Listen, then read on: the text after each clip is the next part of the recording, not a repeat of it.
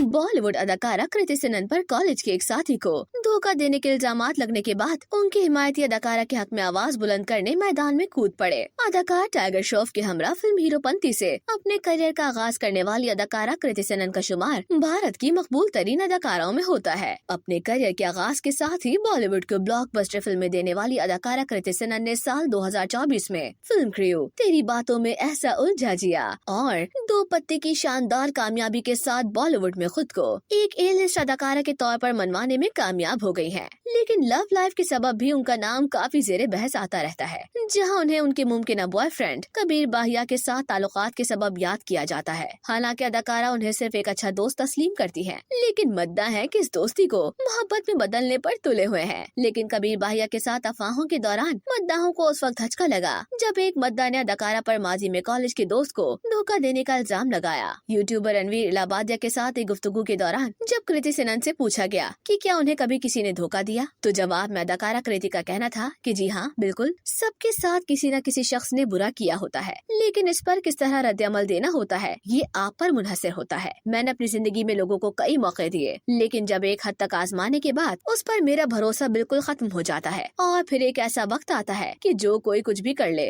वो शख्स मेरी जिंदगी में दोबारा कभी नहीं आएगा। अदाकारा के इस इंकिशाफ के बाद एक रेडिट सारिफ ने तबसरा करते हुए दावा किया कि वो कृति की क्लास फेलो हैं। सारिफ का कहना था कि कृति हमारे कॉलेज जेपी यूनिवर्सिटी से है और उस वक्त उनका एक अमीर बॉयफ्रेंड था। वो उनके पैसों पर इंहिसार करती थी और उन्होंने ही कृति को मुंबई मुंतकिल होने में मदद दी, जहां वो दोनों साथ रहे। ताहम जब कृति को अपनी पहली फिल्म मिली तो उनका रवैया ड्रामाई तौर पर बदल गया और तकरीबन 6 माह बाद कृति ने उन्हें धोखा दे दिया। कृति पर इस इल्जाम के बाद मद्दा न सिर्फ हैरत में मुब्तला हुए, बल्कि ये इंकिशाफ उनके लिए नाकाबिल कबूल भी साबित हुआ। लेकिन कई सार्फिन ऐसे भी हैं जो इस दावे को सिरे से मानने से ही इंकारी हैं और कह रहे हैं कि ये सिर्फ अदाकारा की शख्सियत को खराब करने की कोशिश है, जबकि कई सार्फिन ने अदाकारा पर लगने वाले इन तमाम इल्जामात को जाली करार दे दिया। एक सारिफ ने लिखा कि मुझे नहीं लगता कि कृति को किसी अमीर शख्स की जरूरत थी। वो एक बहुत अच्छी फैमिली से हैं। उनके वालिद एक चार्टर्ड अकाउंटेंट हैं और वालिदा दिल्ली यूनिवर्सिटी में फिजिक्स की प्रोफेसर हैं। क्या आप वाकई सोचते हैं कि उनके पास पैसा नहीं था?